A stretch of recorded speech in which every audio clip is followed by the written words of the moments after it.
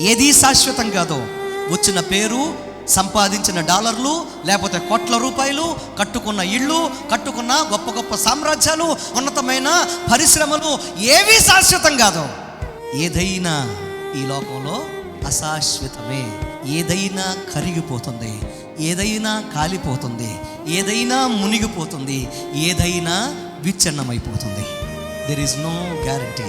పర్వతాలకు guarantee లేదు, మైదానాలకు guarantee లేదు, పొలాలకు గ్యారంటీ లేదు, వ్యాపారాలకు గ్యారంటీ లేదు, ఇళ్లకు గ్యారంటీ లేదు, అపార్ట్మెంట్కు గ్యారంటీ లేదు, ఉన్నతమైన కట్టడాలకు గ్యారంటీ లేదు, మనిషి జీవితానికి గ్యారంటీ లేదు, ఉన్నత పేరు ప్రఖ్యాతలకు గ్యారంటీ లేదు. ఏమైపోతామో, ఎక్కడికి పోతామో, ఎలాగ మన జీవితాలు తెల్లారుతాయో ఈరోజు మనం కూడా గ్రహించాలి. నీ ఆస్తి, నీ అంతస్తు, నీ డబ్బు, నీ హోదా, నీ పేరు ప్రఖ్యాతలు నిన్ను కాపాడనే నాది నాది అనుకున్నది ఏది నీది కాదని గ్రహించాలి.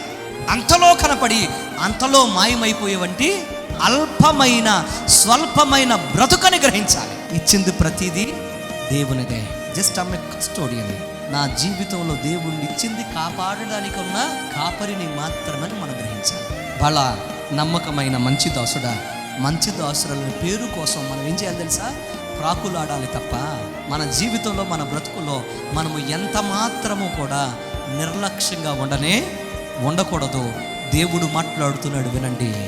ప్రపంచమా, దైవ జనాంగమా, దేవుని పిల్లలారా, ఆలోచించగలిగిన వారులారా, జ్ఞానయుక్తంగా ఆలోచించగలిగిన వారులారా, గ్రహించండి, కళ్ళు తెరవండి.